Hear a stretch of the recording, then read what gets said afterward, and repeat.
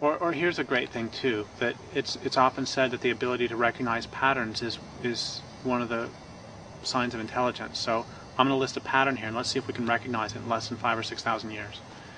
And when you think of the plains and hillsides of Iraq, is the first thing that you think of normally cedar forests so thick that sunlight never touches the ground? That's how they were. The first written myth of this culture is Gilgamesh going in and deforesting those hills to make cities. When you think of the Arabian Peninsula, is the first thing that you think of oak forests? That's what it used to be. Let's move a little bit west, and you get the cedars of Lebanon. They still have one on their flag. I never can remember if it was Plato or Aristotle. I think it might have been Plato, who was commenting on how deforestation was destroying the springs and rivers in Greece. And I'm sure that those in power said, well, we need to study it a little bit longer first to make sure there's a connection. Greece was heavily forested. Italy was heavily forested. North Africa was heavily forested. You know, this culture has been deforesting any way of life that's based on the use of non-renewable resources and based on the hyper-exploitation of renewable resources, so-called. Any way of life that perceives the world around them as consisting of resources and not beings to enter into these reciprocal, and communities to enter into these reciprocal relationships with, is going to destroy its land base. This culture has been destroying its land base for the last 6,000 years. That's not very smart on a finite planet. And once again, we can pick whatever measure you'd like, whether it's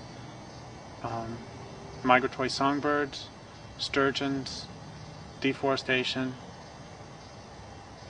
and pick a measure. We're really fucked. You know, give me a threshold. Give me a threshold at which you'll finally call this an apocalypse. Give me a threshold, more importantly, at which you finally fight back.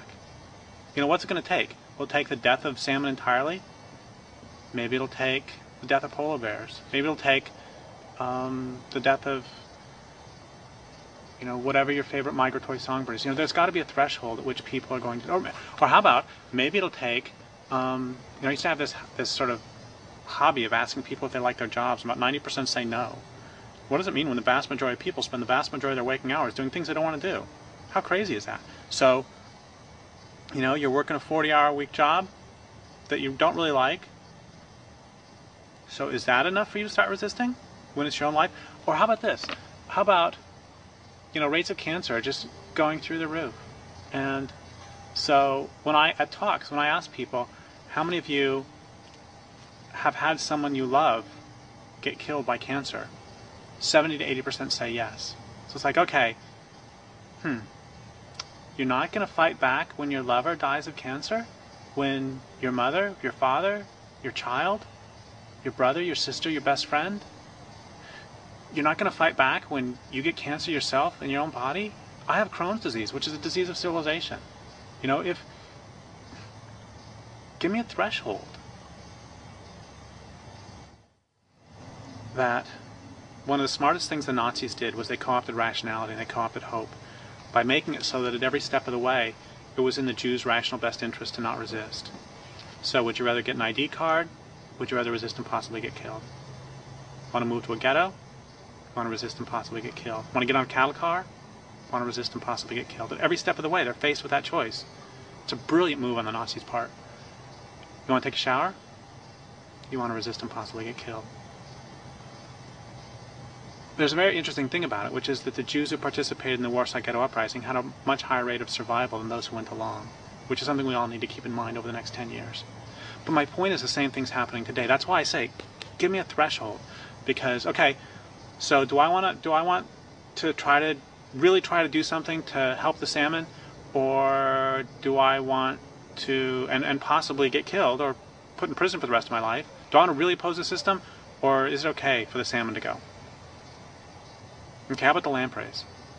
How about the sturgeon? How about the polar bears? How about your brother from cancer?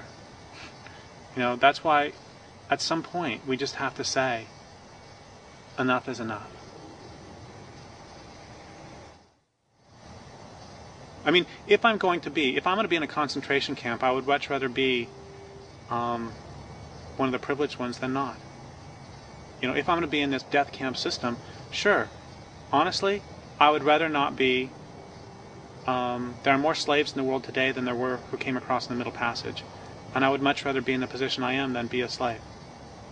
I would much rather not be starving to death. I mean, I'm incredibly privileged, and it's my responsibility to use that privilege to bring down the whole system. Otherwise, I'm not worth shit.